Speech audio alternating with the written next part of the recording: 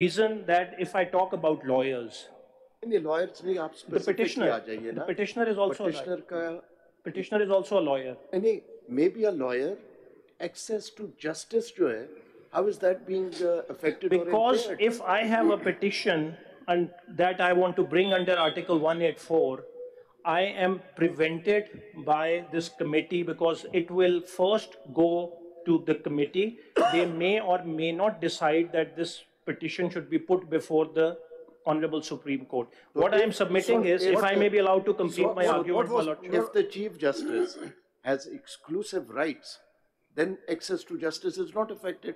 No, the Chief Justice is not, there is no provision prior to this law that the Honorable Chief Justice will examine the petition. It is his prerogative whether he fixes it for hearing or not, but he will not decide whether this petition should go for hearing or not, whereas this committee is going to decide, and it is not clear from this law whether there will be a right of hearing or not. I just want a clarification. Is your interpretation of Section 3 of the Act that it's a determination by the three-member committee which matter can be heard or not, or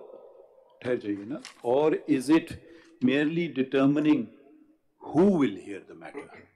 Not if, language or if it will be heard. जी मेरी ये petition का मालूम ये petition छोड़िए कानून पढ़िए ना जी मैं कानून ही पढ़ रहा हूँ पेज 9 पे है ये जरा वजाहत कर दें दोनों बातों में पेज 9 पे है Mr. Hassan ji sir I think you are going ahead of the argument.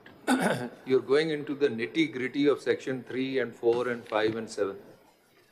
The first question that needs to be answered is जो आप आर्ग्यूमेंट कर रहे हैं कि जी एक्सेस टू जस्टिस और कौन सा फंडामेंटल राइट अफेक्ट होता now access to justice is itself a fundamental right absolutely और what is access to justice access to justice is to be able to approach a supreme court और a court which is independent so where any law or any provision of any law, according to you, affects the independence of judiciary, then it directly affects your fundamental right to access to justice, because part of the access to justice is access to an independent court.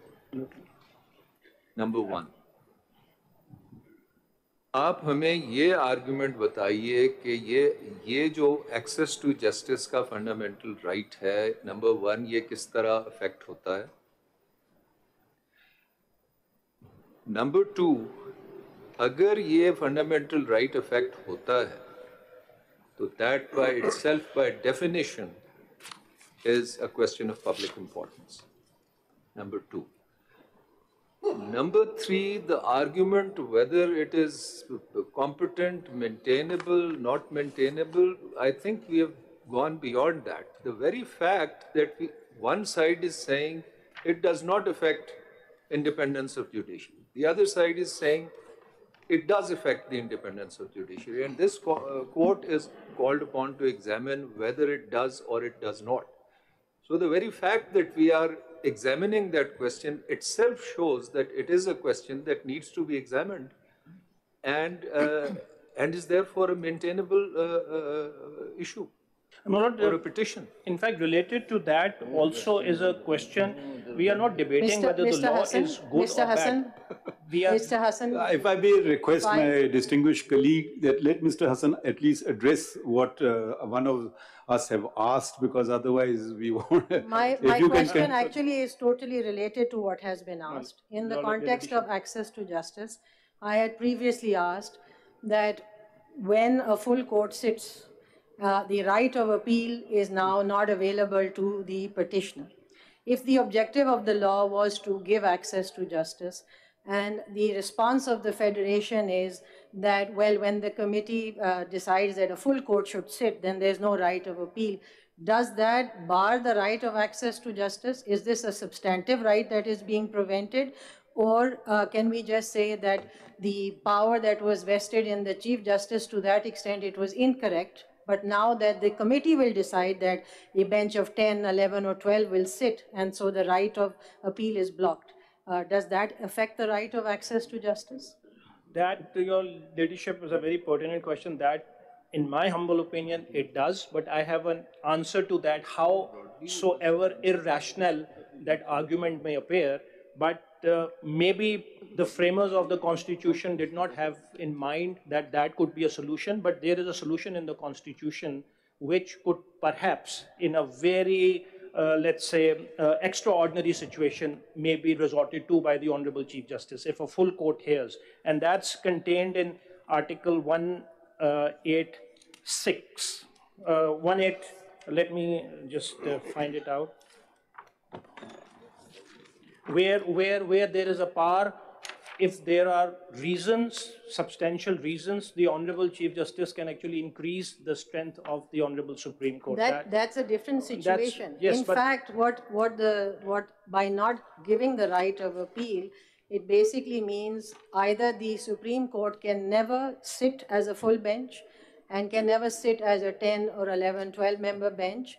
That is one way of looking at it, because that ability of the court to constitute its bench, a larger bench where required, is now blocked if the right of appeal has to be given meaning. But the right of appeal under Article 185 of the Constitution is itself given what could be a right of appeal. And in fact, that is one of my arguments when I'll come to that provision, that Article 185(3) does not actually empowers the Honorable Supreme Court in all other matters which are not mentioned there to have a direct right of appeal. It is only by way of special leave to appeal. So there is a distinction that perhaps the drafters of this legislation may not have appreciated. But let me come to your Lordship's question. In fact, there is another question which leads to what your Lordship is saying, is that what we are saying is, howsoever good the law may be, it has to follow a certain provision. Whatsoever, we don't doubt the intentions of the Parliament. Parliament is, of course, supreme.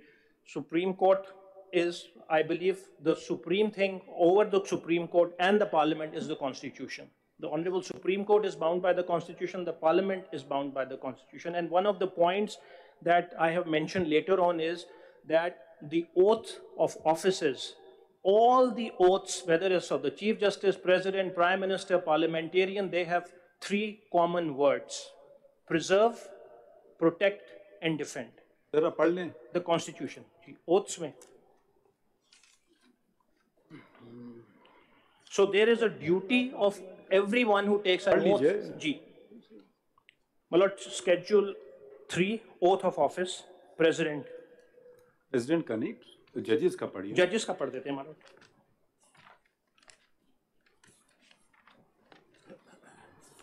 जी, ये आप जो argument develop कर रहे हैं जरा बताएं तो इसकी बुनियाद तो रखिए पहले. हेलो, बुनियाद पढ़िए ना, हजूर क्या पढ़ना चाहते हैं उसमें से? Chief Justice of Pakistan of the High Court or Judge of the Supreme Court of the High Court, Articles 178, 194. I, so and so, do solemnly swear that I will bear true faith and allegiance to Pakistan, that as Chief Justice of Pakistan or a Judge of the Supreme Court of Pakistan or Chief Justice or a Judge of the High Court for the province or provinces of, I will discharge my duties and perform my functions honestly, to the best of my ability and faithfully in accordance with the Constitution of the Islamic Republic of Pakistan and the law. So the Constitution. ये जो लफ्ज़ हैं, 3 लफ्ज़ and the law, ये ज़रा मद्देनज़र रखिए और आगे बताइए पॉइंट आपका क्या है?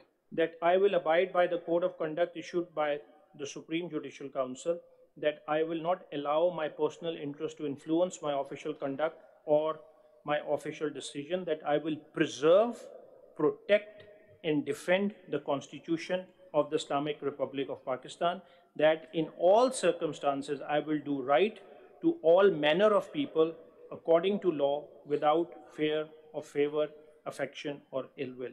आप बताइए क्या point आप? Malad, the point is this, that the Constitution has demarked the powers of the Parliament. नहीं, आप आइन के ओथ की बात कर रहे थे, अब आपने उसको अधूरा छोड़ दिया आर्गुमेंट को. नहीं मतलब अधूरा नहीं छोड़ा, मैं आ रहा हूँ उस बहस को पूरी मुकम्मल तो कर लें कि हमें समझ तो आ जाए आपकी बात. मतलब the पार्लियामेंट की बात इसमें कोई आ ही नहीं रही ओथ में. मैं ओथ में मतलब पार्लियामेंट की अगर आप मेंबर्स की ओथ देखें, उनमें भी जो मैं आर्गुमेंट ले रहा था, preserve, protect and constitute, so it is equally incumbent upon the parliament to follow what the constitution says. The constitution has given them power of legislation. इसमें कोई दो राय हो सकती हैं, इसमें कोई दो राय हो सकती हैं. मतलब 142 में और read with entry 55 they have a certain limitation. Hasan साहब देखिए आपको हम पूरा आपकी कदर करते हैं और सुनेंगे, अगर आप दलाइल ही नहीं दे रहे हैं, आपने ओथ को टच किया, अब आप दूसरी बात चलेगा, या तो इस बात को छोड़ दीजिए, कोई और बात बताएं. मुझे अभी तक मैंने कलम इस्तेमाल नहीं किया, मैं लिखूं क्या आपका दलाइल समझूंगा तो लिखूंगा ना. Let me then proceed the way I have proceeded rather than आपने ओथ का जिक्र किया, मैंने कहा और पढ़ दीजिए, उसमें एंड लॉ लिखा हुआ है, आप वजाहत नहीं कर रहे हैं. मैं ये सिर्फ आपको कह रहा हूँ कि इसमें the Honorable Supreme Court has to remain within the constitutional framework. The Parliament has to remain within the constitutional framework. अगर जब मार्शल लॉ लगते हैं तो सब हथियार फेंक देते हैं जी. फिर जब मार्शल लॉ लगते हैं फिर सब हथियार फेंक देते हैं, और फिर यहाँ इस कमरे में कितनी तस्वीरें लगी हैं जो फिर वो ओथ भी भूल जाते हैं, फिर आप लोग भी भूल जाते हैं, सब कुछ ठीक होता है. मगर जब पार्लियामान कुछ करे तो उससे मीन में खें फिर हो जाती है शुरू. वहां भी जरा सर उठा लिया करें ना, हम नहीं मानेंगे ये बात को. आप आया करें, वहां भी पिटिशन लाया करें ना. लेकर आए ना मालूम, इसीलिए नहीं ये मार्शल लॉ नहीं, ये एक पार्लियामान ने कानून फैसला किया. ये बताइए, आप बता ही नहीं रहे ओथ की बात हुई, आपका आर्गुमेंट खत्म. नहीं मालूम, खत्म नहीं मालूम. ओथ में मालूम एग्जैक्टली इस पे आ जाएं. पार्लियामेंट की कॉम्पिटेंस है कि नहीं है? अगर अभी इजाजत नहीं, पार्लियामेंट की कॉम्पिटेंस है या नहीं है? नहीं है. नहीं, वो बता दीजिएगा कैसे नहीं. मतलब आप 142 देखें, 142 को देख लीजिए.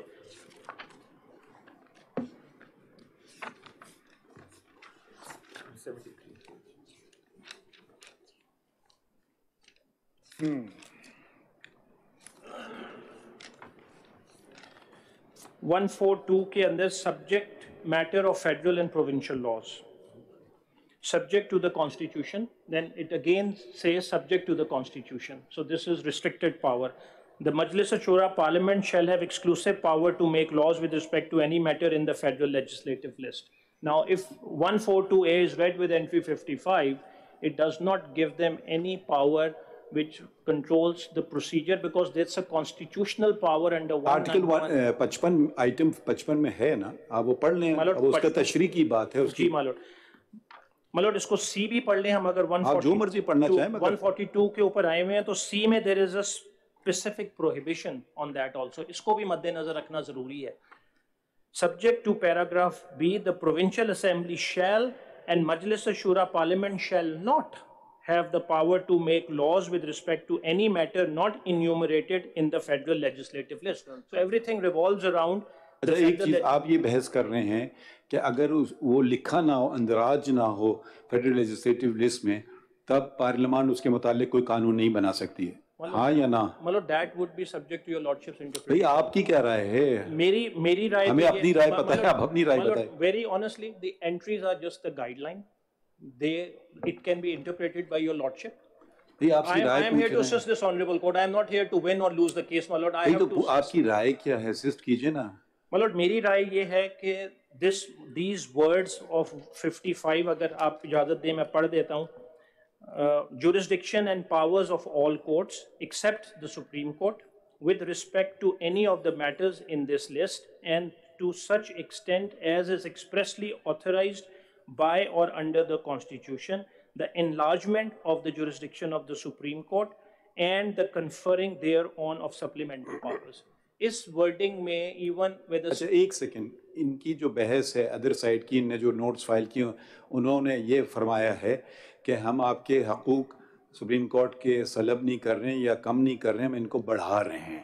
पहले 3 लोग या 5 लोग या पूरी जो भी 6-7 की बेंच सुन सकती थी एक केस, अब हमने एक अपील का भी इख्तियार दे दिया है. तो ये पॉइंट आप उधर ले जा रहे हैं ना, तो इसमें हम तो अपने पास तो अपील नहीं सुनेंगे, आप ही फैसला करेंगे. तो इसमें आप बस आपका कहना है कि जो एक दफ़ा सुप्रीम कोर्ट ने फैसला कर लिया वो हतमी होना चाहिए, उस पर कोई अपील नहीं होना चाहिए, ये आपका मौक़िफ़ है? मेरा ये मौक़िफ़ बिल्कुल नहीं है. तो फिर समझाइए. जो मेरा मौक़िफ़ ये है, जो भी आप राइट दें, जो भी आप लॉ बनाएं, it has to follow what is provided in the constitution. अपनी मर्जी से पार्लियामेंट जो है whatever they think is right. नहीं तो पार्लियामेंट ये कह रही है सुप्रीम कोर्ट को मजीद इख्तियार दे रहे हैं. तो वो कॉन्स्टिट्यूशन को फॉलो करें, कॉन्स्टिट्यूशन को अमेंड कर लें. उनकी नजर में अब आपने पिटीशन फाइल की ना, उनकी नजर में उन्होंने सही किया है और उन्होंने मजीद एक फोरम दे दिया है. ठीक है, 3 लोगों ने फैसला कर लिया, क्योंकि अब आप अगर हिस्टोरिकली इस बात को कोई बात ही नहीं कर रहा है, हिस्टोरिकली अब बात को देखें तो बहुत तनकीद की है वकीलों ने बिलखुसूस, और जिसको कहते हैं ना सोशल समाज ने भी, कि सुप्रीम कोर्ट ने बेख्तियार इस्तेमाल किए हैं 184(3) के तहत इख्तियारात. तो इसमें बहुत से लोगों के पर्सनल हकूक़, एक होता है बुनियादी बड़ी बड़ी बातें कि ब्रिक किल्न वर्कर्स नहीं होना चाहिए, ऐसे नहीं, वो आप उन मामलों में भी चले गए हैं, इलेक्शन मैटर्स में चले गए हैं, रेट ऑफ बिजली वो क्या होना चाहिए, शक्कर की प्राइस की क्या होना चाहिए. तो अगर किसी को आपका फैसला नहीं पसंद आए तो कोई कुछ कर ही नहीं सकता है, बस खत्म ही हो गया. तो उनका ये कहना है कि अगर सुप्रीम कोर्ट अपने हदूद में रहती, पहली बात आपने हदूद की तजावुज़ किया है, इसलिए हमने ये ज़रूरी समझा कि हम कानून बनाएं और आपको याद दहानी करवाएं. मगर आप अगर याद दहानी नहीं करते हैं तो आप ही लोग, एक इस पर नज़रसानी का बहुत हदूद कम होता है, एक आप इस पर अपील सुन लीजिए, हो सकता है वही फैसले पे हम मोहर लगा दें और कहें जी बड़ा उम्दा फैसला था. ठीक है, तो इससे एक आम शहरी के हकूक़ पे जो आप खड़े हुए हैं ना हमारे सामने शहरी की हैसियत में, आपकी सेहत पे क्या असर पड़ रहा है. आप सपोज़ आप किसी चीज़ में आते और आपके खिलाफ फैसला हो जाता है 184 में, तो आप तो सर पीठ जोड़ने लगते कि एक हक, बुनियादी हकूक़ अपील का तो दुनिया के हर आइन और कानून में दिया गया है, आपने तो एक कानून का हक भी हमें नहीं दिया है. तो फिर आपको क्या सेहत पे असर पड़ रहा है. हमारे सेहत पे शायद असर पड़े कि हमारे एक दफ़ा हमने कह दिया बस हर्फ आखिर है. मतलब आपने क्योंकि मना किया था कि इधर उधर हिस्टोरिक कॉन्टेक्स्ट पे नहीं जाना, मैं नहीं गया, लेकिन I will answer to your lordship question. देखिए हर चीज को देखना चाहिए कॉन्टेक्स्ट में. जी, I am answering this question. My lord, this is if I may be permitted, this is not the first time that a question of constitution of benches has been raised. The earliest case that I was able to find was Hamid Sarfaraz case, where there was an allegation that the bench comprised from a particular region. So my argument is there have been substantial constitutional amendments, and one of the major constitutional amendment was 18th constitutional amendment. All those cases where these allegations and the public outcry and everything was before the parliament, they chose not to amend the constitution or article 191. So this is not for your lordship to come and then say आप मेरे सवाल का तो जवाब दे ही नहीं रहे हैं. बिल्कुल यही उसका जवाब है कि जो आप आउटक्राई की बात कर रहे हैं कि लोगों ने कहा आपको राइट दे रहे हैं. मैं आपको बता रहा हूँ आपको नुकसान क्या होगा, आपको क्या नुकसान होगा कि एक अपील आपको हक मिल जाए. Constitution is not being followed, that is a major नुकसान. आपको तकलीफ हो रही है इससे. मतलब मुझे से हो रही है because then the Supreme Court will swing after every year. Every time a new Chief Justice will come, there would be no certainty of the decisions, there would be no certainty of benches. That will affect the socio-economic rights of the Pakistan. एक second ये हम काम already कर चुके हैं. इस supreme court ने कितनी दफ़ा मार्शल लॉ को इंडोर्स किया है. फिर एक जजमेंट आया था कि जितने ये पहले जजमेंट थे सारे गलत हैं और आइन पे पाबंदी होना चाहिए. ठीक है, तो अगर आप कहते हैं कि नहीं, आप उसी लकीर पे अटके रहे हैं, तो आप कह रहे हैं अगले मार्शल लॉ का दरवाजा आप खुलवाना चाहते हैं हमसे. मैं ये कह रहा हूँ कि everything has to be come within the honorable Supreme Court. The honorable Supreme Court has to sit down together and come and maybe amend their rules, amend the laws. Learned Council, ये बताइए, इंसाफ तक रसाई अगर parliament ने देनी हो हक, उस पे लेजिस्लेट नहीं कर सकती है पार्लियामेंट? बिल्कुल कर सकती है, बिल्कुल कर सकती है, बट लॉ को फॉलो करके, कॉन्स्टिट्यूशन को फॉलो करके. सुन तो ले, आप ये कह रहे हैं कि इंसाफ तक रसाई के लिए कॉन्स्टिट्यूशन अमेंड करना पड़ेगा पार्लियामेंट को. मतलब इधर कॉन्स्टिट्यूशन ने ये कहा है कि procedure of the supreme court, सुन लेना, एक राइट ऑफ अपील दी है, that provides access to justice and right to appeal relating to a jurisdiction which already is vested in the Supreme Court. That remedy, would that not be covered Lordship, there are two aspects to it. Mr. Hassan देखिए मैं Irfan, आपको ऐसा sir मैं अगर इनको sir right of appeal by a statute to a Supreme Court is a different thing. The right of appeal from an original jurisdiction is a totally different thing. बहुत से सारे लॉज हैं जिसके अंदर अपील प्रोवाइड की गई है supreme court में, बहुत से ऐसे लॉज हैं जिसमें directly appeal contempt of court ordinance में नहीं है और एक्सेस ऑफ जस्टिस, आप जस्टिस कहें कि उसकी भी कॉन्स्टिट्यूशन में आर्टिकल 204 के साथ अपील होनी चाहिए थी सुप्रीम कोर्ट। देखिए मैं कुछ और कह रहा हूँ, मैं ये कह रहा हूँ कि जहाँ पे Mr. Hassan Irfan, just to add to what my learned brother has said, the basic question is not whether an appeal can be provided or appeal cannot be provided. The basic question is which procedure, which entity would provide that appeal, where the Constitution needed to provide an appeal, it provided an appeal. Absolutely. 184 is original jurisdiction. Okay? उसकी appeal अगर constitution ने 185 में provide नहीं की तो constitution का मंशा नहीं था वो अपील प्रोवाइड करना। बिल्कुल। कॉन्स्टिट्यूशनल ज्यूरिसडिक्शन जिधर supreme court exclusive constitutional jurisdiction exercise करता है उसमें appeal through ordinary statutory legislation dispensation नहीं हो सकती। अगर ये मंशा है कि 184(3) की अपील प्रोवाइड की जाए, अब जो ओरिजिनल लॉ मेकर के जहन में डिफरेंट कॉन्सेप्ट था, then the only way to interfere in or provide an addition to or provide an adjunct to 184(3) is by way of a constitutional interpretation or constitutional amendment. That is what addition to the constitution. इस तरह तो ये है कि law making में आप constitution को एक तरफ रख दें, कॉन्स्टिट्यूशन जो नहीं भी प्रोवाइड करती आप कहें जी मेरे पास लॉ की पावर है, मैं एक अपील नहीं मैं 4 अपीलें दे देता हूँ, तो then where does the constitution that would be deviating from the constitutional mandate. और मतलब एक पॉइंट और 184 Mr. Hassan, whether incompetence of the parliament can be condoned on the ground that the intention of the lawmaker is good. Can you repeat that question? Whether the incompetence of the parliament can be condoned on the ground that the intention of the parliament is good?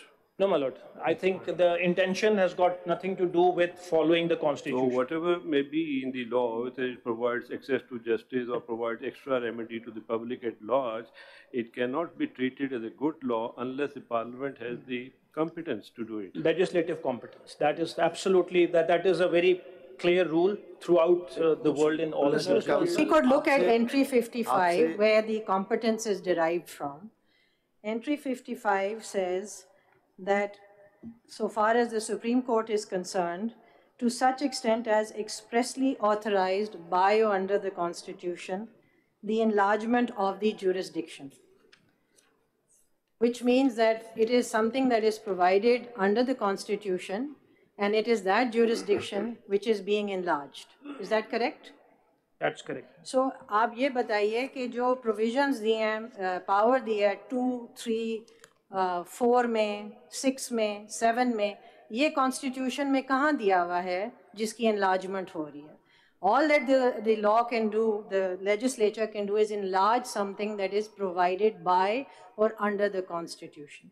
ये वाली power कहाँ दी है constitution में जिसको वो enlarge कर? This is what my whole argument is, because the argument that I actually started to begin was that 1843 does not start with the word subject to constitution or subject to law. It's not just 184. It's any provision of the Constitution. So if we uphold this law, then it means that we have to read into 184 saying subject to law, the Supreme Court has these powers, which is not possible, by any stretch of interpretation or stretch of imagination. That will tend amount to amending the Constitution or rewriting the Constitution, because the framers of the Constitution have not placed any fetter on the power of a petitioner to come and bring a petition.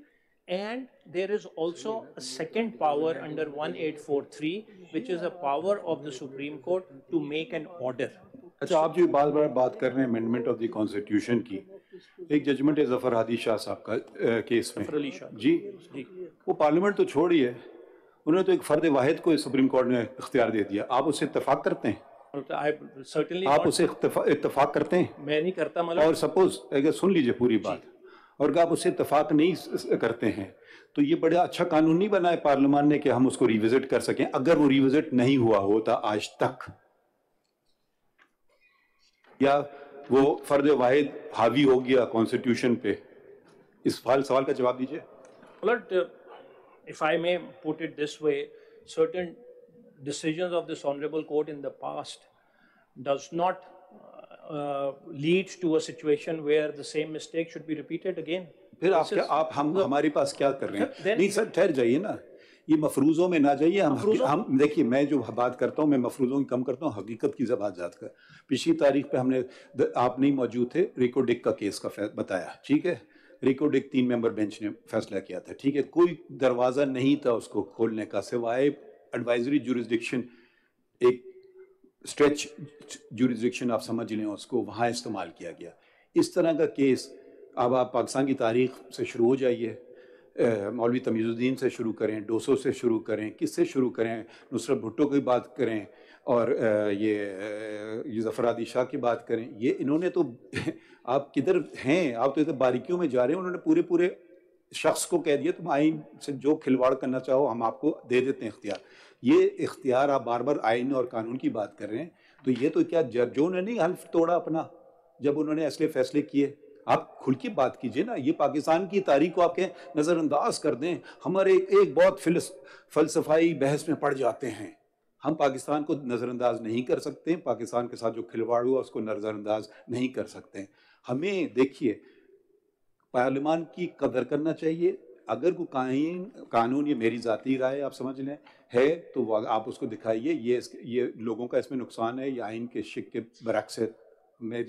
میرے دوست نے بار بار فرما رہے ہیں آپ procedural بات ہے تو کوئی کر نہیں رہا ہے. آپ لوگ اگر آپ میرٹ سے بات کر رہے ہیں, کیونکہ آپ ابھی تک اٹیک بھی نہیں سمجھ آئے کہ آپ کو پورا قانون پسند نہیں ہے, اس کی کوئی شکیں نہیں پسند ہیں, کوئی پروسیجرل میٹرز ہیں, کچھ میٹرز ہیں جیسے کہ جو آپ 14 دن میں فیصلے کر لیں, ٹھیک ہے.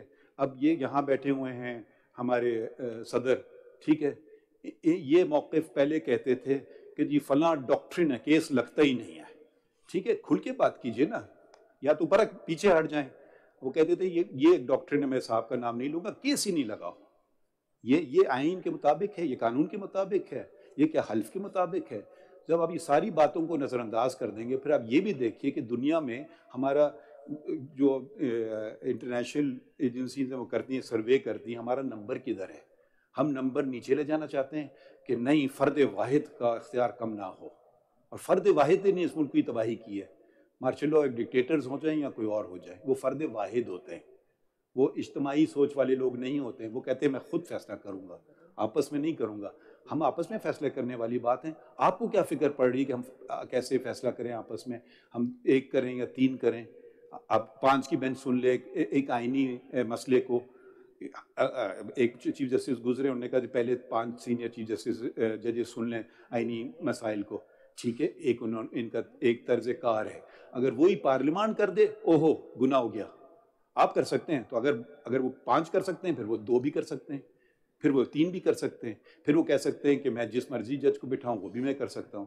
تو دیکھیے یہ آپ جو بات کر رہے ہیں نا, صدر نے یہ کہہ دیا, اخبار کی خطیں پڑھ لیں, یہ تو ہماری تاریخ ہے, اس کو بھی مد نظر رکھیے. اور پھر آپ ذرا دلائل دے دیں کہ یہ پارلیمان کو آپ نے ایک دم اس پہ اٹیک کر دیا کہ جی اس کو آپ امپیوٹ کر رہے ہیں کہ جی انہوں نے کوئی غلط بدنیتی سے کیا. آپ سے پہلے چودھری صاحب نے کہا یہ جی پرسن اسپیسیفک ہے, مجھے اس میں پرسن کسی کا نام نہیں ذکر آ رہا ہے, نہ کسی کا تذکرہ ہے.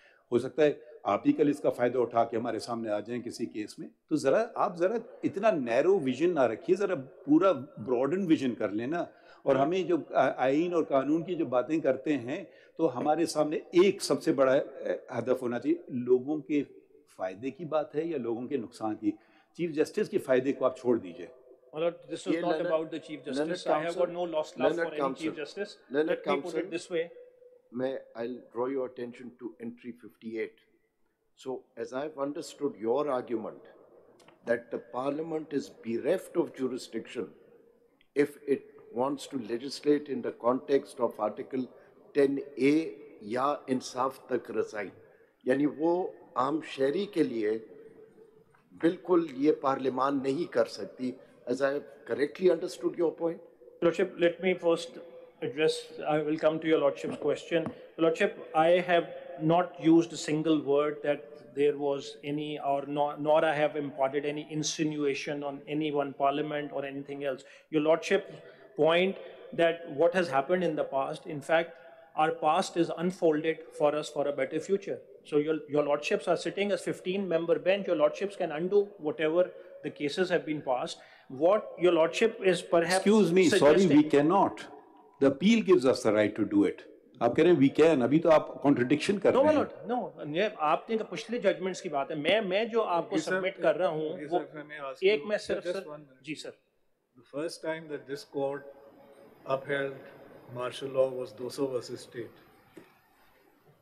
In Asma Jilani, Doso versus State was set aside on as being not good law, as having made Pakistan a perfectly good country into a laughing stock. Now the question is, when the court did that in Asma Jilani, was the court hearing an appeal against Doso versus State? Lordship, I didn't get your question. Maybe if you put your speaker on. The speaker is on. My question to you is that the first time that this court upheld martial law was Doso versus State. In Asma Jilani, that judgment was declared not to be correct law. When deciding Asma Jilani case, was this court hearing an appeal against Doso? No. The court, if it wants to correct its past errors, it can do so. It doesn't need to have this kind of an appeal in order to be able to do so. The court should have the stature, if it wants to, if it thinks an error has been made, it can correct that error. There are many ways, because we are a common law jurisdiction. We are driven by common law, by precedent. Doso versus State, Grand Norm, Tellson's theory, that was all precedent. Asma Jilani, totally different case, said wrong, that was wrong law. In the future, the court can do that. But I think if I may, if you permit, I would like to ask you a question on 184.3, because you read it out to us. Now you read out the word, the court shall if it considers. My question to you is, this consideration, is that judicial power or is that administrative power? No, that's a judicial power. That's what my argument is. Therefore, it seems to me, because you see, it's very interesting that one of our learned colleagues in a number of, well, not number, but in more than one chamber appeals, he has made an order that the question of maintainability of a petition under Article 184.3 is adjudication. It is exercise of judicial power, and therefore the registrar can't do it.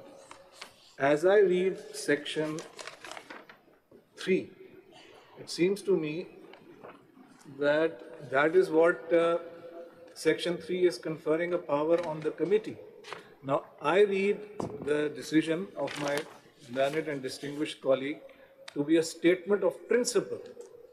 And if this principle is correct, surely it seems to me, but you can correct me if you think that I'm wrong. If this principle is correct, then issue of maintainability, whether decided by the registrar of this court or whether decided under cover of this act by a panel of judges, no matter how senior and eminent those judges, it is still exercise of administrative power. It is not adjudication, which maintainability requires because of the word considers. So would it be therefore correct to suggest that the use of this word considers, which necessarily means exercise of judicial power by the court, Section 3 is in direct conflict with this requirement of Article 184.3, and therefore perhaps on that very short ground is perhaps unconstitutional. Absolutely. And Your Worship, there are scores of judgments. As I said, I'm not going by the judgment that the constitutionality has to be decided by the court itself. That's the function of the court. If I may take this a little bit Learned further, Counsel. if I may take just, if I may take, I'm sorry. no, answer the question. Please. Learned Counsel, so on the same argument, the power that earlier vested in the Chief Justice to consider and pick and choose whatever petitions he wanted to place before the court, that was also unconstitutional? Your Lordship, if I am too small a fry to raise this argument, but I think I have to raise this argument that Your Lordships are proceeding on a premise that this bench or the committee of 3 judges would be able not to pick and choose. And it is, if past experiences are any learning curve for us, it will not be difficult for us to imagine even a committee where the 3 judges are on the same page, as they call it, and then still just decide to fix the benches, then that would be going on a mafruza, if Your Lordship would say. आप मफरूज़ों की बात कर रहे हैं, आपकी बात बिल्कुल सही है कि हम तीनों मिल करके आपके खिलाफ फैसला कर रहे हैं जी इरफान साहब के केसेस लगाने ही नहीं है, ठीक है, सुन लीजिए। आप कह सकते हैं 5 की कमेटी बनाए, वो भी बना सकती, कर सकता है, पूरा फुल कोर्ट करें, वो भी कर सकता है, मगर ये जो कानून है इसकी सिमत सही है या नहीं, आप मद्देनज़र रखिए जो हो चुका है पाकिस्तान में। अगर आप कहें नहीं, मैं तो एक मफरूज़े पे बात करूँगा, पाकिस्तान की तारीख को नज़रअंदाज करना चाहता हूँ, तो वो एक अलग बात है। तो इस तरह तो अगर आप कहें तो, मगर वो अंग्रेज़ी में कहावत है सेफ्टी इन नंबर्स, ठीक है, हो सकता है हमें बड़ा इख्तिलाफ हो जाए, ठीक है, हो सकता है हम, आपने जैसे लफ्ज़ इस्तेमाल किया, सेम पेज पे हों, मगर ये बेहतर है या वो बेहतर है। तो मफरूज़ों पे ना चलिए, आप सिर्फ बताइए। एजाज साहब बार बार आपसे 2 बुनियादी सवाल उनके वहीं के वहीं रह गए, कोई इस तरफ जा रहा है, कोई इस तरफ जा रहा है, उन सवालों पे अगर आप फोकस करें तो ज़रा आपके लिए आसानी होगी। आप उनके लिए बहुत मुश्किलात पैदा कर रहे हैं। मेरा बार वही जवाब है, it has to follow the law and the constitution. Mr. Hassan, I'm right here. Sir. Just following that, Justice Ijaz had already quite, succinctly pointed out the question, and we're going all over the place. Let's just get done with the competence. To me, competence revolves around Article 191, entry 55 and 58. So direct question to you is there a parliamentary competence under 191 itself? Because competence can come through 2 ways. One is through the Constitution itself, or the other is through the entries in the Constitution. So the direct question is, under Article 191, can the Parliament legislate regarding practice and procedure? We'll come to the appeal later and see whether at all it's part of practice and procedure or it's a substantive separate provision. Usko chhod dein. अभी सवाल आपसे ये पूछ रहे हैं कि क्या 191 directly or read with 58 gives Parliament the power to legislate regarding practice and procedure? No, my What's your answer to that? My short, clear and crisp answer is no. No, please tell us how. How? Because if Your Lordship would read 142 read with 191, right. So because there is a direct power to the Supreme Court to make rules. There is also a power to the Parliament to make law under 191. Relating to what? To the practice and procedure. It doesn't say so. Where is that? It is, so practice and procedure is not enlargement of the power. 191 को एक दफा पढ़ लें. जी my lord. Let's read 191. फिर बताएं कि क्या वो पावर दे रहा है या नहीं दे रहा है.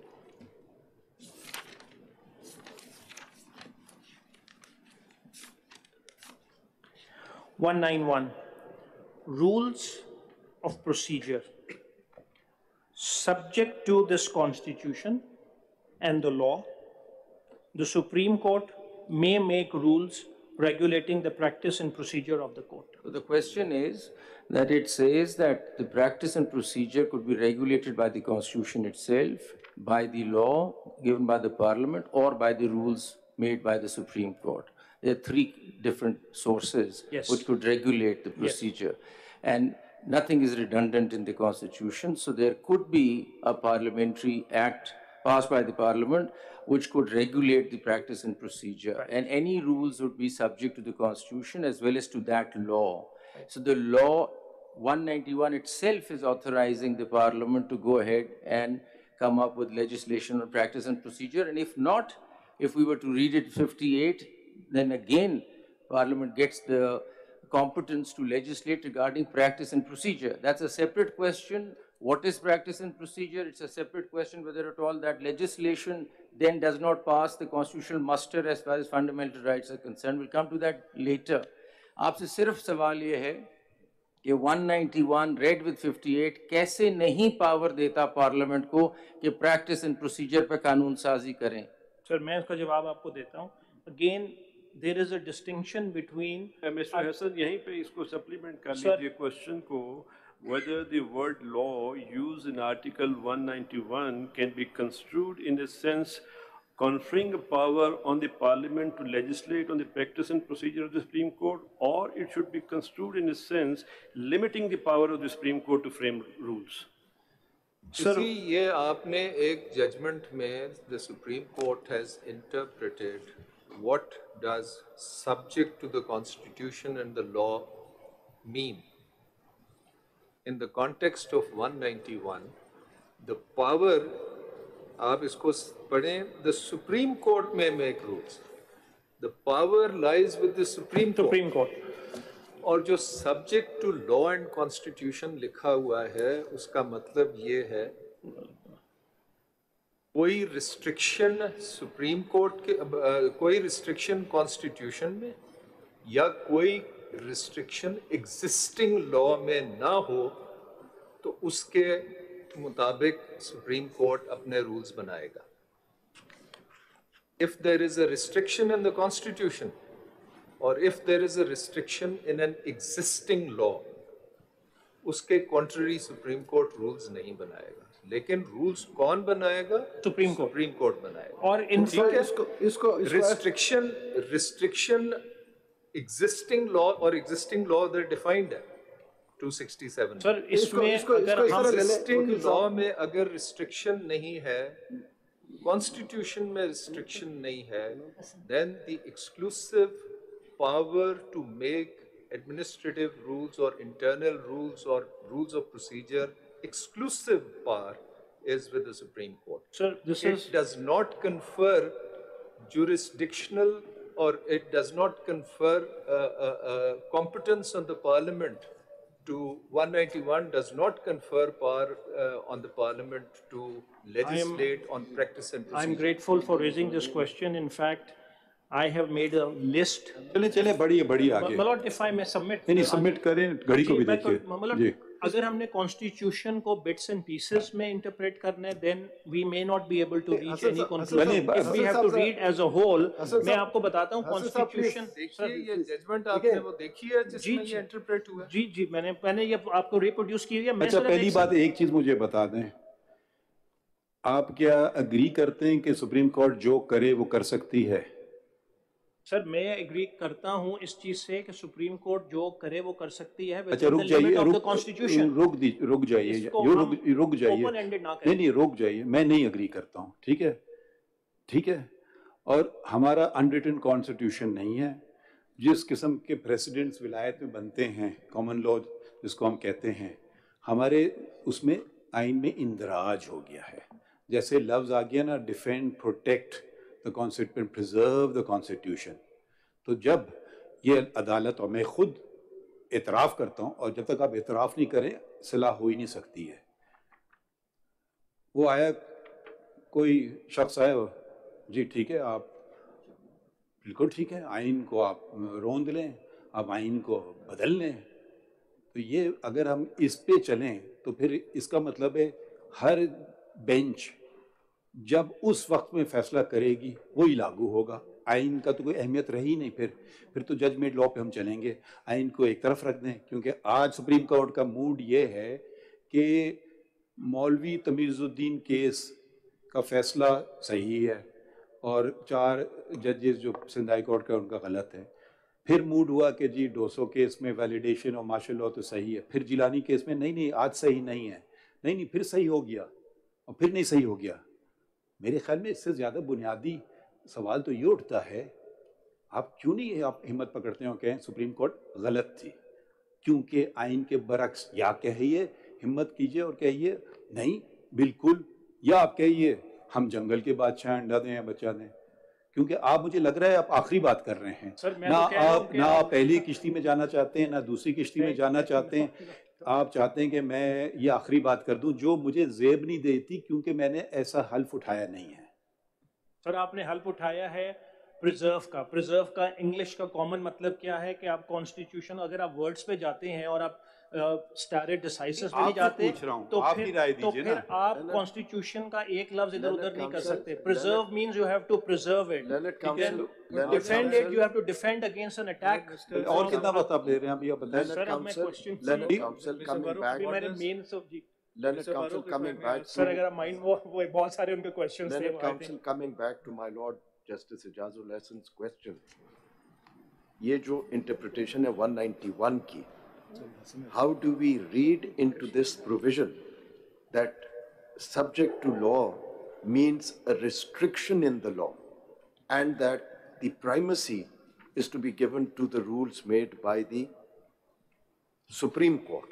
ये जरा एक्सप्लेन कर दीजिएगा ना सर। जो 191 की पास हैं दे आर डायरेक्टली कमिंग, जो मंसूर शाह साहब ने भी क्वेश्चन किया था, they are coming directly from the constitution, तो वो कॉन्स्टिट्यूशनल पावर है। The question also rise, can the constitutional rule making power can be stultified by a sub constitutional legislation? They can not be, because whatever has to be done it has to be done through an internal mechanism. तो आप दोहरा रहे हैं अपनी बात, कोई नई दलाइल दीजिए ना। मैं अगली बात के ऊपर सर एक मैं सिर्फ बात कर लूं तो जवाब जो था वो, अगर आप कॉन्स्टिट्यूशन आप इसी कंटिन्यूएशन में सवाल देखें ना, आप ये 191 की बात कर रहे हैं, वो तो जो उसकी ओपनिंग वर्ड्स हैं subject to constitution and law, जो मैं समझा as far as I am concerned, इसमें तो शायद ये है कि सुप्रीम कोर्ट रूल्स बना सकती है अपने प्रैक्टिस एंड प्रोसीजर के, लेकिन that must be subject to law and constitution. Law और कॉन्स्टिट्यूशन दोनों पार्लियामेंट बनाती है, पार्लियामेंट का इख्तियार है। उन इख्तियार के तहत, उस लॉ के तहत जो भी रूल्स बनेंगे, हम उस रूल से, उस लॉ से हट के बाहर नहीं जा सकते। क्या इसका ये मतलब नहीं? यही क्वेश्चंस तो आप लोगों ने रिजॉल्व करने हैं। इफ द मेजॉरिटी विल तो फिर करने, तो फिर आप बैठ जाइए, हम कर लेंगे। मैं आपकी जरूरत नहीं है, आप तशरीफ रखिए। फिर आप मेरी बात को सुने। The question is this, what I am saying is that 191 को आप आइसोलेशन में नहीं पढ़ सकते। 191 में सिर्फ नहीं, मगर आप बात ही नहीं समझे। अगर आप उसकी ओपनिंग वर्ड्स देख लें, subject to the constitution and law, my law, जरा सुन लीजिए ना। जैसे जमाल साहब ये कह रहे हैं, तो ये एंड लॉ लिखने की ज़रूरत क्या पेश आई? सिर्फ लिखते subject to the constitution the supreme court may make rules regulating practice and procedure of the court. ये लॉ जो दो लफ्ज़ हैं, इसको हम कैसे इसकी तशरीह करें, ये सवाल है। सर इसमें एक जवाब तो ये है कि जिस वक्त ये रूल्स बने थे, अगर कोई लॉ मौजूद, हम आइन की बात कर रहे हैं, रूल्स की बात नहीं कर रहे हैं। जी मैं आइन, सर जिस वक्त आपने सुप्रीम कोर्ट रूल्स बनाए थे, उस वक्त अगर कोई लॉ मौजूद होता तो उसके आप फॉलो करते, विच आपका कहना ये कि जब आइन बन रहा था उनको ये पता ही नहीं था। Sir the question is this, जिस वक्त आइन बन रहा था, आप ये बताएं कि सब्जेक्ट टू का क्या मतलब है? Is that an enabling power? Does it give competence or is that a limitation? Does that restrict the power? Because the understanding, one understanding is that subject to constitution and the law is where the competence is being driven from. Whereas the other understanding can be that subject to, the prefix subject to, is a limitation. Now, the other question that goes with the understanding of law, if law is more than just an act of parliament, and law can mean rules, regulations, ordinances, policies, whatever is in the field of law. So all that will govern the ability of the Supreme Court to make its rules for practice and procedure, because law is much more than, it involves more than just an act of parliament. If we go by the words which are used in the Constitution, an act of parliament is different from the use of the word law. Which is why subject to becomes relevant. So what also, does subject to mean? It means... But if I may be allowed to complete my point of view is that under Article 191, only Supreme Court has been given the power, whereas in the Constitution, if your Lordship see Article 67, 72, where देखिए हसन साहब, आप जवाब देते नहीं हैं, आप दूसरी जगह चले जाते हैं। सर मैं अपनी बात तो मुकम्मल कर दूं ताकि आप सब्जेक्ट टू का मीनिंग बता देना जी। How should we read? सवाल एक हुआ ना, सब्जेक्ट का मतलब क्या हुआ? सब्जेक्ट का मतलब ये है कि कॉन्स्टिट्यूशन में अगर कोई रिस्ट्रिक्शन है तो रूल्स उसको फॉलो करें। यही पूछ रहे हैं या नहीं? जवाब भी दे दो। कोई भी नहीं है हसन साहब, ये रिस्ट्रिक्शन की क्या बात है? कोई रिस्ट्रिक्शन नहीं होती इसमें। एक minute, subject to law, subject to constitution and law, restriction का कोई इशू ही नहीं है ना।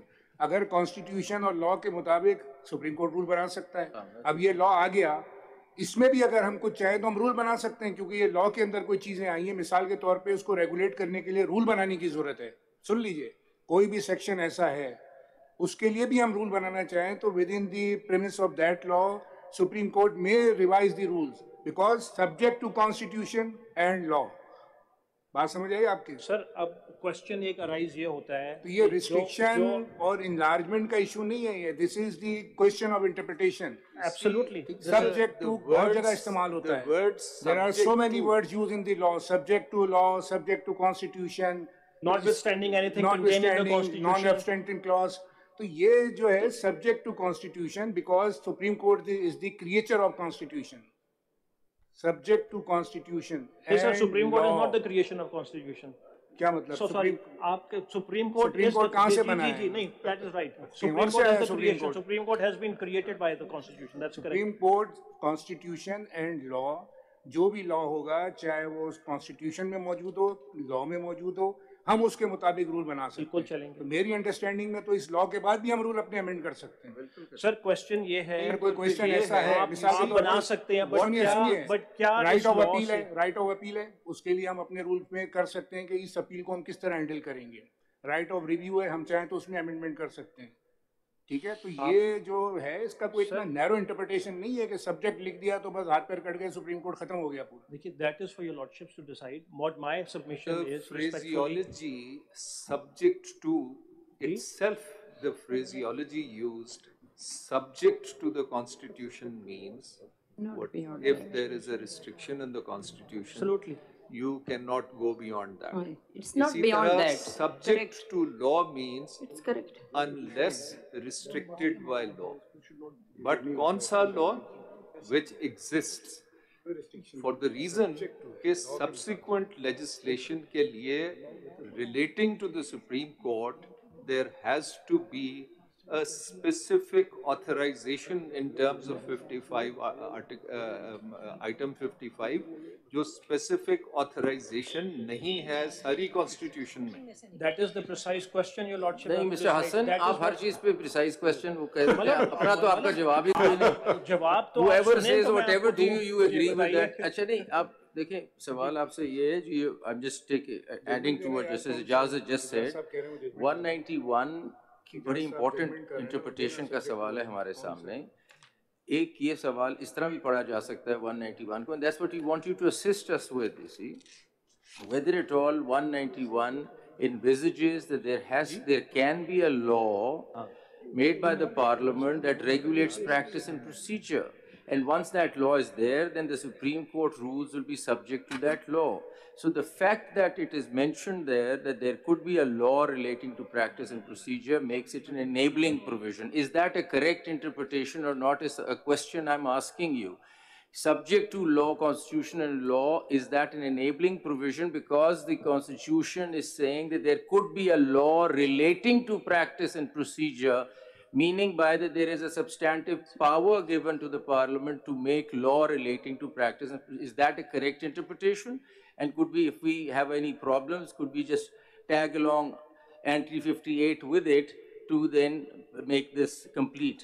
ये पहला सवाल आपसे पूछेगा, जवाब प्लीज दे दें कि आप ये पढ़ते हैं कि कॉन्स्टिट्यूशन में पावर है कि आप प्रैक्टिस एंड प्रोसीजर के लॉ के लिए लॉ बना सकते हैं, वरना उस लॉ का क्या मतलब है आर्टिकल 191 में? रिडंडेंट हो गया वो लॉ का वर्ड। मैं जवाब दे दूं अगर आप इसका जवाब दीजिए, कब से मुंतजर हैं सर। अगर आप 191 को आइसोलेशन में पढ़ेंगे तो आपकी बात ठीक है कि लॉ रिस्ट्रिक्ट करते हैं, लेकिन अगर आप 191 को 142 और एंट्री 55 से पढ़ेंगे उससे क्या फर्क पड़ेंगे, तो उसमें पावर नहीं है, तो उसमें पावर नहीं है। ओके चले, ठीक है, आपका जवाब आ गया।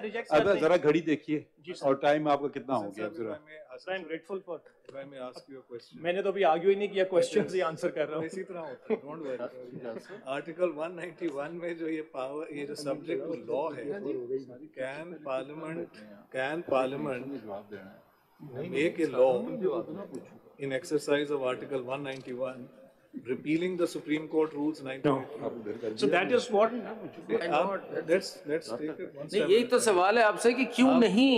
अब अगर आप हर दफा ये कर सर उसमें इबहाम है ना, दैट इज, ये तो आपने इंटरप्रेट करना है। जब छोड़ दीजिए, नहीं है, आप बैठ जाइए, फिर हम कर लेंगे हम इंटरप्रेट। आपका क्या फायदा? शुक्रिया। मैंने तो आपको मेरा मेन पॉइंट है। चलिए फिर दूसरे हम उनसे पूछें।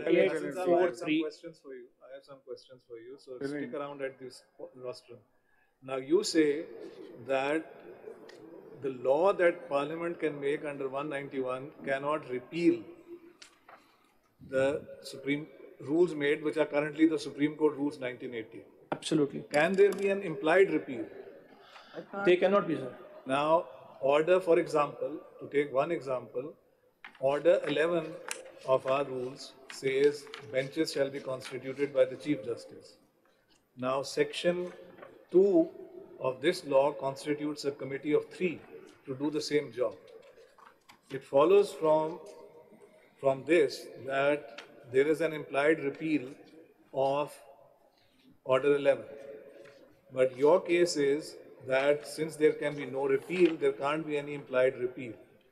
So on that basis, potentially we have now a conflict between what section, assuming the legislative competence, section 2 and what the Supreme Court rules are saying. Now, how is that to be addressed? How is that to be addressed? If your submission is correct, there can be no repeal, therefore there can be no implied repeal, yet there is section 2 of the Act. In section 8, they have provided an overriding clause, which effectively is an implied repeal. But you say that can't happen. So if Parliament makes a law like this, and there is a conflict, and here is the conflict, I'm giving you one example of it, how will that be resolved? So that will be very difficult to resolve, because I would humbly submit that my answer to your question would be that the Parliament has got no power to do that. Because Parliament, sir, your function cannot be controlled by the Parliament. That's against the subject. Now, if I may, in light of this very interesting debate that has, or discussion that has been going on, what does subject to law mean? If I may draw your attention to the 1956 Constitution. In that Constitution, the third schedule provided the rule-making power of the Supreme Court. ठीक है? और आप उसका article 177 पढ़ेंगे. है आपके पास किताब? जी 56 का Constitution. ओरिजिनल जुरिस्डिक्शन का रूल मेकिंग का नहीं, 1956 कॉन्स्टिट्यूशन के थर्ड शेड्यूल में रूल मेकिंग पावर थी सुप्रीम कोर्ट की.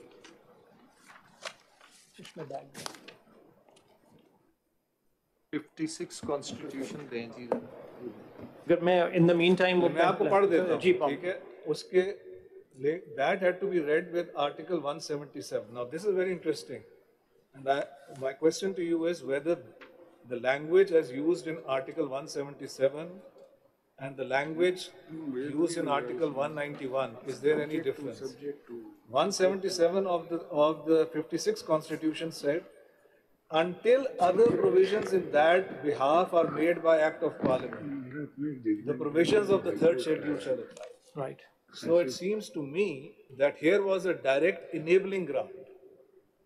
Third schedule said rule-making power is with the Supreme Court and the High Courts, but 177 said until other provisions in that behalf are made by Act of Parliament. Here the language is not like that at all. And if we regard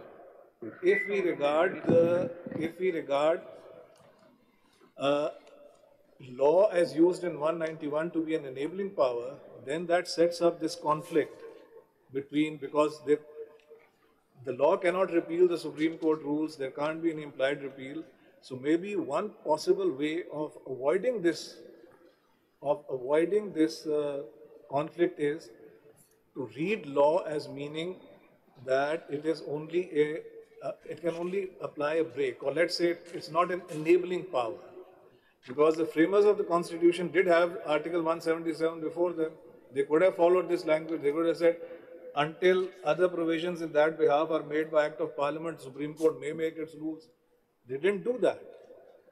If you are right, and as you say, it is for us to ultimately decide, if the law cannot repeal the Supreme Court rules, if the law cannot impliedly repeal the Supreme Court rules, then where does the conflict go? And maybe if to regard it as not an enabling power allows for the conflict to dissipate. Because the rules have the constitutional power. That is also a question, that whether the Parliament can undo a thing which has been done exercising the constitutional power. The Parliament cannot. That is the answer. You see, in Baz Mohammed Kakar, this court has very specifically held that because these rules have been framed in exercise of constitutional powers, they cannot be displaced, amended, modified, overruled by ordinary legislation, because these rules stand at a higher pedestal. This is what I have actually reproduced Baz Mohammed Kakar's citations on that basis. Yes. Mr. Hassan, I believe it will be the last अब आप कितना time लेंगे आप बता दीजिए मैं points को सिर्फ आपको कर रेफर कर लीजिए देता खत्म हूँ हाँ सर अमीनुद्दीन साहब का The question question is whether we were able to frame rules in 1980 in derogation of the existing law at that time. My lord, my honest answer would be no, if the law would have existed. Because this is an exercise which has been done. Rules so perhaps one way to look at it would be that if you were to look at your rules in future, but then you would have to see whether the law provides for anything which is within the constitutional framework or not. That's a very important question which we are missing out.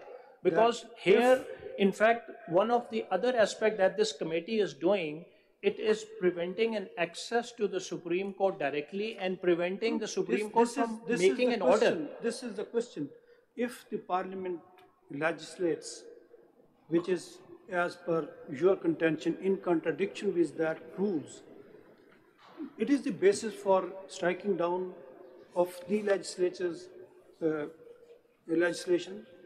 Yes, if it is in conflict with the clear provisions, very simple provisions of the Constitution, it is a reason to strike it down. If I may follow up on that, you see, the 1980 rules replaced the rules of 1956, the Supreme Court rules 1956. The Supreme Court rules of 1956 were existing law within the meaning of Article 268 when the present Constitution came into force on the 14th of August 1973.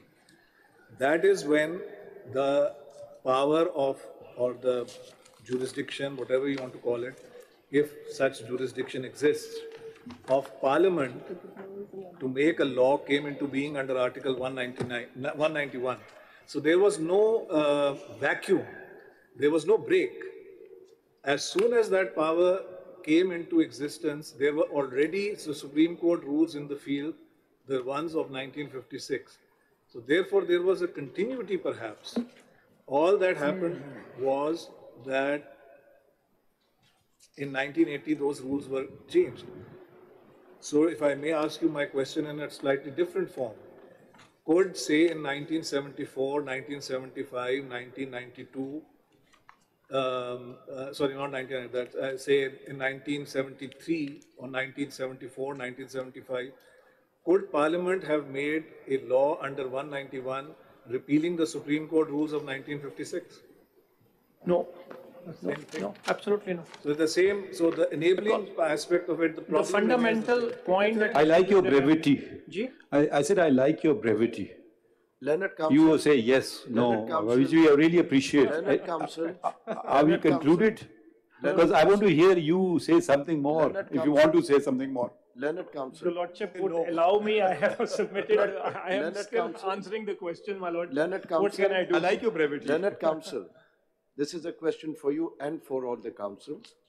Can you cite any example from any jurisdiction around the globe that give precedence to rules made by an unelected court over a primary legislation made by a competent forum?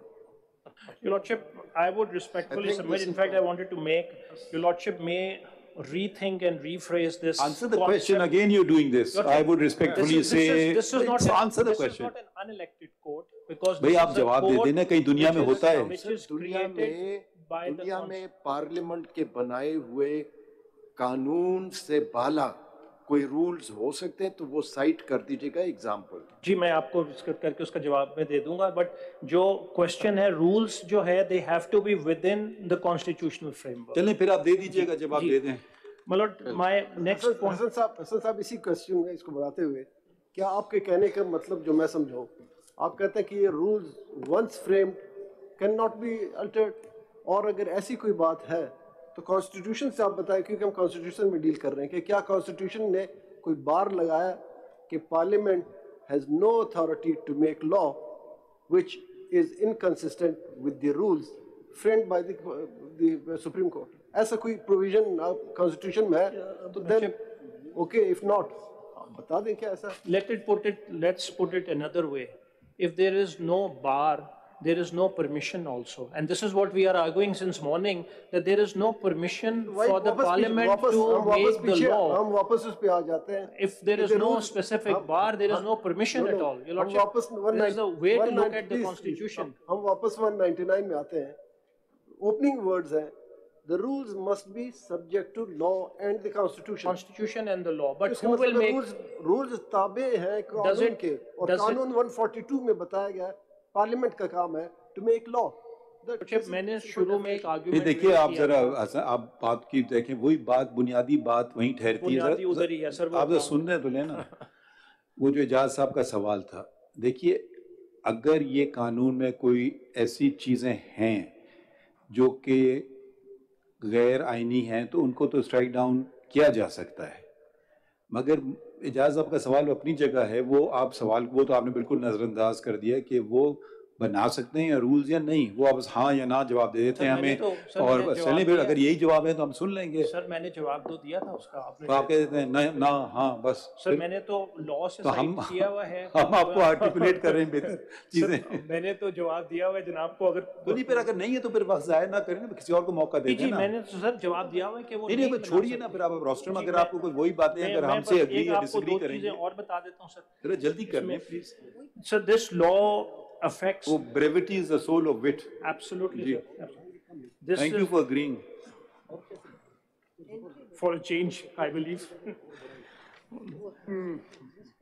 Sir, the Constitution has created a balance between the three pillars. Please, अब ये बात कितनी दफा कर चुके हैं, trichotomy of powers की. Sir, नहीं, मैं it's a different point है. After 18th constitutional amendment, the Chief Justice, जो पुराना concept था, Chief Justice is first among the equals, has gone away because the Constitution has now given a provision in the Constitution where the Honorable Chief Justice has a supremacy or a primacy, at least to the extent of the administrative functions, because the Constitution has provided a provision that the senior most judge would be entitled to become the Chief Justice. And there are other functions in the Constitution which are ascribed or prescribed for the Honorable Chief Justice alone. You're just waffling. You're not articulating any contention. Sir, this is what. So what I am saying. I mean, it's obvious. It's written there.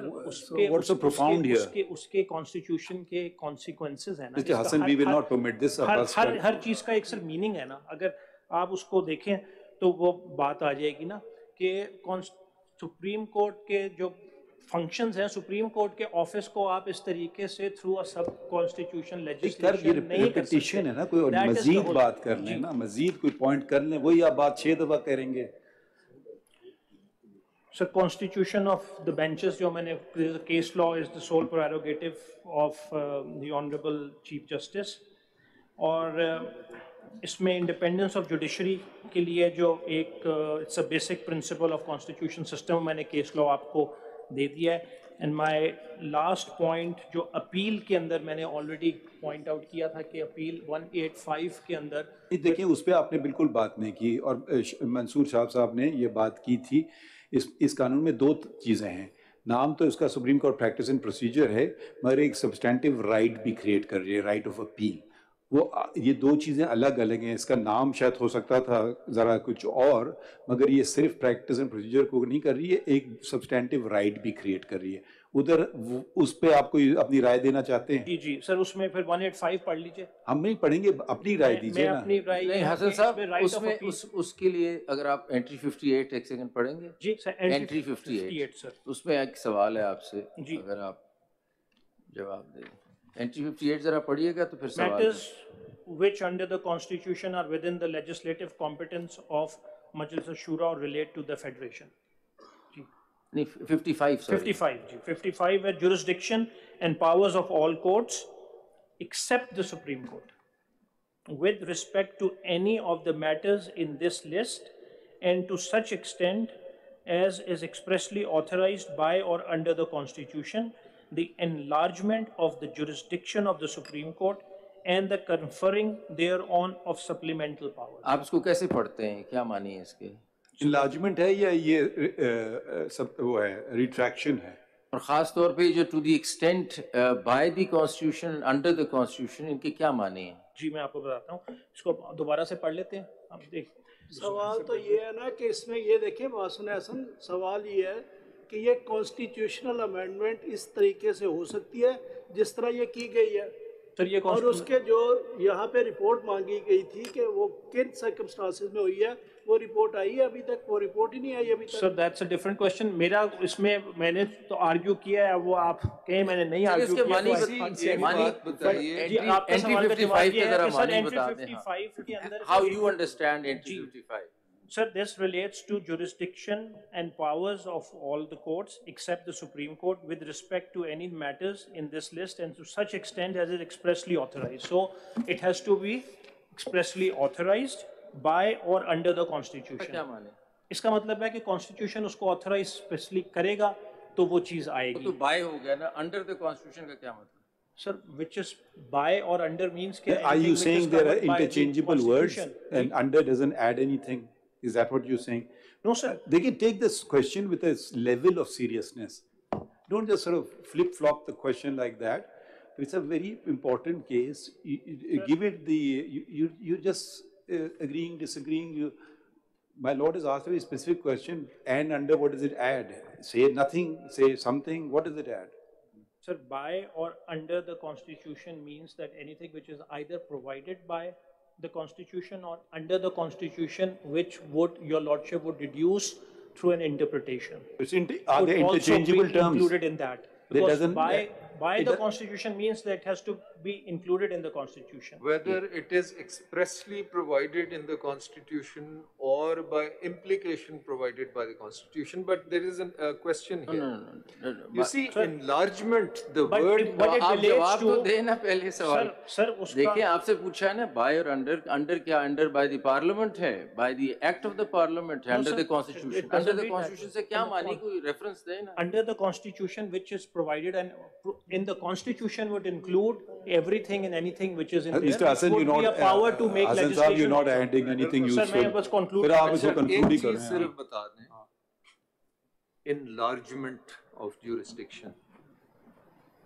One, enlargement, the word enlargement in itself implies that something already exists and it is being enlarged. Now, providing a fresh appeal is conferring a jurisdiction or enlarging a jurisdiction? It's conferring the jurisdiction. It's not enlargement. It is not. Why? Because it does not exist previously. So anything which maybe enlargement would be which is already existing and your lordships are given additional powers to do that, or can you cite an example? Cite an example. Learned Council, ये appeal जो है, ये appeal किस jurisdiction और power की remedy है? Sorry? किस power और jurisdiction की remedy है? The appeal 184(3) की है. That power already exists. Sir, and it's only a continuation of the same power. Sir, 185 के अंदर 184 की appeal does not exist with utmost respect. Learned Council जो my lord ने सवाल पूछा वो सवाल के ऊपर again देखिए question ये है कि if your lordships are to read into the constitution then that's a different question. The question is 184 is before 185. ठीक है? सारी जो अपील्स सुप्रीम कोर्ट के में प्रोवाइडेड हैं वो हर उसकी तमाम सूरतें 185 में मेंशन की गई. If the framers of the Constitution wished to provide an appeal under 184, they could have easily added something in 185 saying 185 के अंडर 184 के orders के against appeal हो सकती है. आर्टिकल आइटम 55 में enlargement के वर्ड इस्तेमाल करके ये कहना कि जी हम एक नई jurisdiction create या confer कर सकते हैं, is that doable? और उसी में मैं ऐड कर दूं कि कंपटीशन कमीशन एक्ट में अगर अपील है और काफी कवानीन है जिसमें सुप्रीम कोर्ट में अपील आ गई है, तो फिर वो तो एक्सप्रेसली कॉन्स्टिट्यूशन में नहीं दी हुई जुरिसडिक्शन लार्ज करना, वो कैसे फिर अपील आ गई? we are trying to mix the two things. That is by virtue of another entry in the constitution, the legislation relating to that has got nothing to do with 184 power. जी मैं वही आपसे पूछ रहा हूँ, entry 55 में specifically enlargement of jurisdiction deal करती है, तो we will not go to any general entry, we'll go to the specific entry first, which says that enlargement of jurisdiction can be either expressly given in the constitution, और under तो का मतलब ही नहीं अभी तक आपसे आया, लेकिन चलें by the constitution expressly, तो फिर कंपटीशन कमीशन की अपील कैसे आ गई? सर उसमें जो अपील जी जी सर 185 को जब आप पढ़ेंगे 185 के अंदर अपील कंपटीशन कमीशन के लिए हसन साहब you not really answering anything. No you are not answering, sorry to say. तो आप किसी और को दे देना, अब काफी हो गया ना. अब देखें 1 बज रहा है, अब आप कितना आपने आधा घंटा 20 मिनट आधा घंटा कहा था, मैंने आपको 2 घंटे दे दिए हैं. सर साहब मैं एक मिसाल देता हूँ आपको. आप एग्जाम्पल की बात हो रही है, देखिए मैं लास्ट डेट पे भी मैंने क्वेश्चन किया, उसका जवाब नहीं आया. आपके लॉ रिफॉर्म्स ऑर्डिनेंस 1972 के तहत एक कॉन्स्टिट्यूशनल प्रोविजन जो 199 है, उसके लिए एक अपील प्रोवाइड की गई है. उस अपील को बाद में 269 आर्टिकल 269 में उस जो आपके ऑर्डिनेंस था, मार्शल लॉ ऑर्डिनेंस, उसको कॉन्स्टिट्यूशनल कवर दिया गया कि ये जो ऑर्डिनेंस के तहत एक अपील की रेमेडी दी गई है वो दुरुस्त दी गई है. वो भी कॉन्स्टिट्यूशन वो कि वो हाई कोर्ट से मुताल्लिक है, नो डाउट, लेकिन हाई कोर्ट को भी 202 कंट्रोल कर रहा है, सुप्रीम कोर्ट को 191 कर रहे हैं, दोनों सेम लैंग्वेज है. अगर 199 में अपील की रेमेडी आज तक चली आ रही है, क्यों ना 184(3) में आप कैसे कह सकते हैं कि ये नहीं होनी चाहिए? वहाँ होनी चाहिए बेशक हाई कोर्ट से. फिर वो सिविल प्रोसीजर कोड की अमेंडमेंट के थ्रू अपील है, that is a different connotation. Here it's a constitutional provision, it's a different connotation. वो तो हम उसको दो चीजों को इंटरलिंक नहीं कर सकते. और आइटम 55 में हाई कोर्ट के मुतालिक लेजिस्लेशन पे कदगन नहीं है, कोई भी नहीं है. Yes, Mr. Bandari, I think you want to now take the rostrum. I have a question. I have a question. ये जो आपसे enlargement of jurisdiction पूछा था, I go back to the question कि जो constitution of benches है, वो कौन सी jurisdiction है under the constitution जिसको enlarge किया जा रहा है? कोई भी नहीं है. वो तो आपने constitution of benches तो rules में बनाई है, तो constitution में तो कोई provision नहीं है. That's the whole. That's not an enlargement of jurisdiction, or is it a jurisdiction? That is all. In fact, that is a jurisdiction. That's not an enlargement of jurisdiction. Constitution of benches are by way of the rule-making part that the court has decided के benches इस form में होंगे. So that's not an exercise of jurisdiction. England के अंदर they have actually formed a special law for that. कि ऐसी ज़बानी बात ना करें, law का हवाला दीजिए.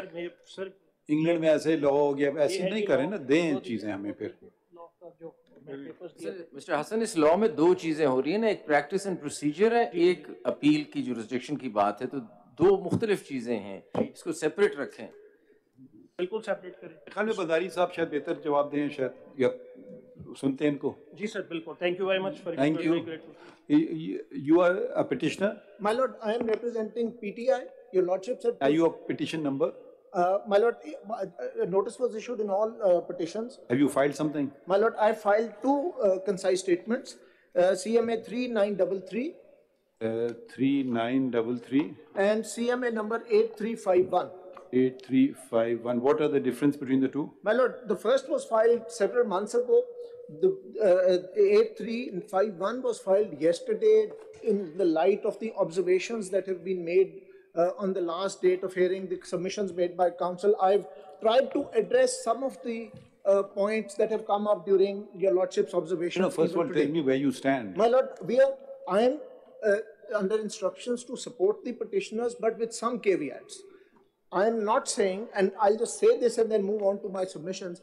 Well, I am not saying that the Parliament cannot per se make any law as far as the practice and procedure of the Supreme Court is concerned. It can, but that power is heavily circumscribed by various express and structural limitations within the Constitution. So that's heavily circumscribed. But within those limits, it can. And I'll expand on that. So as my Lord Justice Mansoor just said, there are two aspects to the... First, finish your thing. My Lord... Then you come to what we have observed. My Lord, yes. You said you are conceding that the Parliament can, but their powers heavily circumscribed. Heavily circumscribed. Now, which particular provisions of this Act are you think the Parliament has exceeded its jurisdiction? If I may, if you could first expound on your initial proposition. Sorry, as far as the first point, if you could expound on that particular part, that the legislature has the power. Please explain that. Then move on to the issue where the restrictions are. My Lord, absolutely. That's exactly how I will address. And I will address both aspects of the law on this point. First aspect is the practice and procedure aspect. Sections 2, 3, 4, 6, 7. And then there is the appeal. And I'll address them separately. I'll start with the practice and procedure bit first. My Lord, the various articles have been read out before the court.